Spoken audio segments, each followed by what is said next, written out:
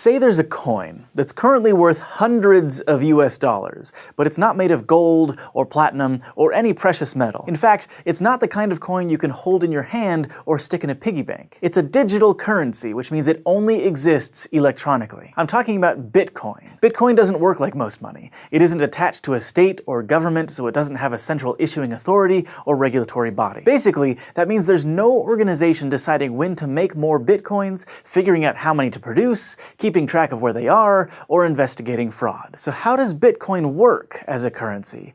Or have any value at all? Well, Bitcoin wouldn't exist without a whole network of people and a little thing called cryptography. In fact, it's sometimes described as the world's first cryptocurrency, and here's how it works. Bitcoin is a fully digital currency, and you can exchange Bitcoins between computers in a worldwide peer-to-peer network. The whole point of most peer-to-peer networks is sharing stuff, like letting people make copies of super legal music or movies to download. If Bitcoin is a digital currency, what's stopping you from making a bunch of counterfeit copies and becoming fabulously wealthy? Well, unlike an MP3 or a video file, a Bitcoin isn't a string of data that can be duplicated. A Bitcoin is actually an entry on a huge global ledger called the blockchain, for reasons we'll get to in a minute. The blockchain records every Bitcoin transaction that has ever happened, and as of late 2016, the complete ledger is about 107 gigabytes of data. So when you send someone Bitcoins, it's not like you're sending them a bunch of files. Instead, you're basically writing the exchange down on that big ledger, something like Michael sends Hank 5 Bitcoins. Now, maybe you're thinking, but wait, you said that Bitcoin doesn't have a central authority to keep track of everything. Even though the blockchain is a central record, there's no official group of people who update the ledger and keep track of everybody's money like a bank does.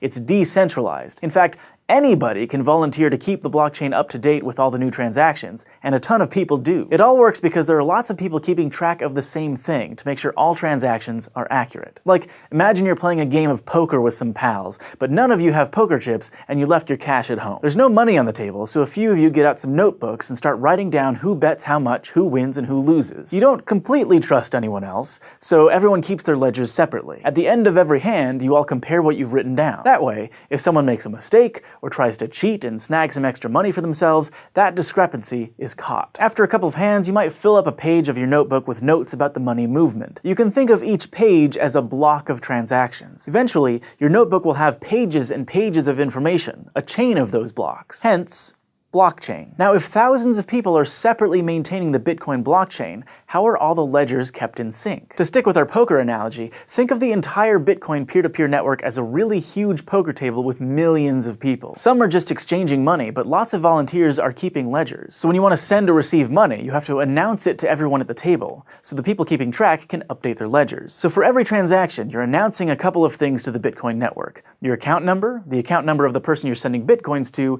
and how many Bitcoins you want to send. And all of the users who are keeping copies of the blockchain will add your transaction to the current block. Having a bunch of people keep track of transactions seems like a pretty good security measure. But if all it takes to send Bitcoins is a couple of account numbers, that seems like it might be a security problem. It's a huge problem with regular money. Just think of all the ways criminals try to steal other people's credit card information. And with Bitcoin, there's no central bank to notice anything weird going on to shut down fraud, like if it looked like suddenly you spent your entire life savings on beef jerky. So what's stopping Hank from pretending he's me and just sending himself all of my Bitcoins? Bitcoins are kept pretty safe thanks to cryptography, which is why it's considered a cryptocurrency. Specifically, Bitcoin stays secure because of keys, which are basically chunks of information that can be used to make mathematical guarantees about messages, like, hey, this is really from me. When you create an account on the Bitcoin network, which you might have heard called a wallet, that account is linked to two unique keys: a private key and a public key. In this case, the private key can take some data and basically mark it, also known as signing it, so that other people can verify those signatures later if they want. So let's say I want to send a message to the network that says, Michael sends 3 Bitcoins to Olivia. I sign that message using my private key, which only I have access to and nobody else can replicate. Then I send that signed message out to the Bitcoin network, and everyone can use my public key to make sure my signature checks out. That way, everyone keeping track of all the Bitcoin trading knows to add my transaction to their copy of the blockchain. In other words, if the public key works, that's proof that the message was signed by my private key and is something I wanted to send. Unlike a handwritten signature or a credit card number, this proof of identity isn't something that can be faked by a scam artist. The who part of each transaction is obviously important to make sure the right people are swapping Bitcoins,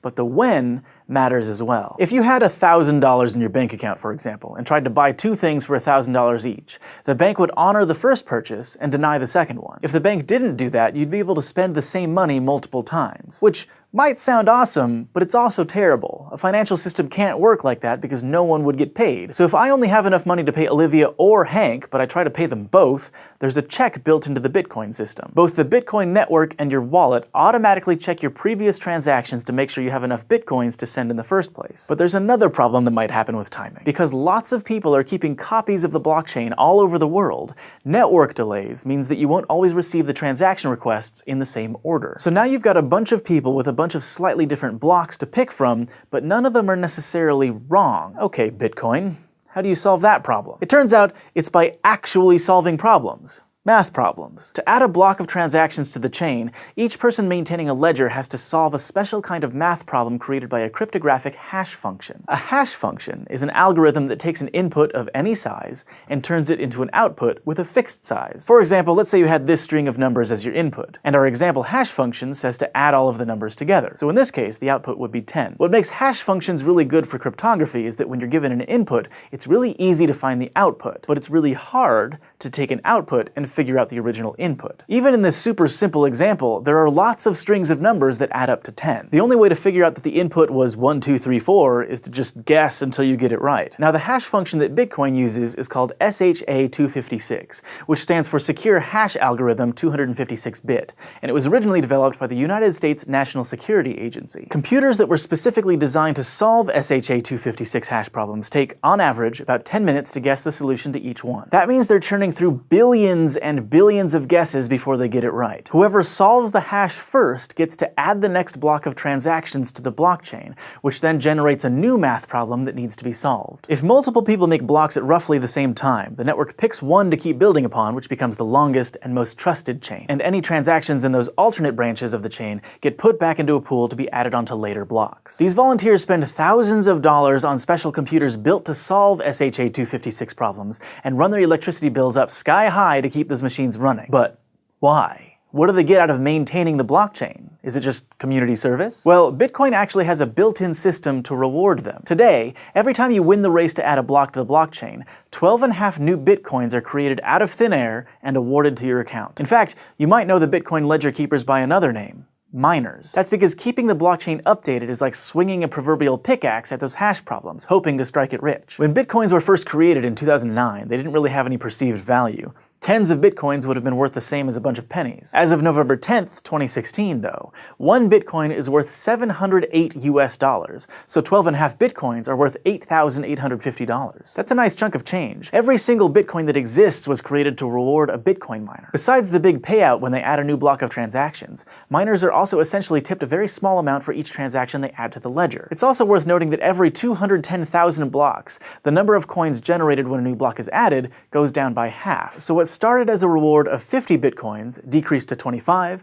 then 12.5, and it'll only be around 6 Bitcoins in a couple more years, and keep decreasing. Eventually, there will be so many transactions in a block that it'll still be worthwhile for miners to mostly be paid in tips. According to current projections, the last Bitcoin, probably around the 21 millionth coin, will be mined in the year 2140. This decreasing number of Bitcoins is actually modeled off the rate at which things like gold are dug out of the earth. And the idea is that keeping the supply of Bitcoins limited will raise their value over time. So, is investing in Bitcoin a good idea? Now that's not really a SciShow kind of question. Bitcoin is still volatile and experimental. A lot of people love it, and a lot of people think it's doomed to fail. We just think it's an interesting idea, and it makes us wonder what cryptography might do for us next. Thanks for watching this episode of SciShow, brought to you by our patrons on Patreon. If you want to help support the show, just go to patreon.com/scishow, and don't forget to go to youtube.com/scishow and subscribe. Quantum computers are exciting because they can carry out multiple computations at once. This won't make browsing the internet any faster, but it will, for example, let drug companies test all of the possible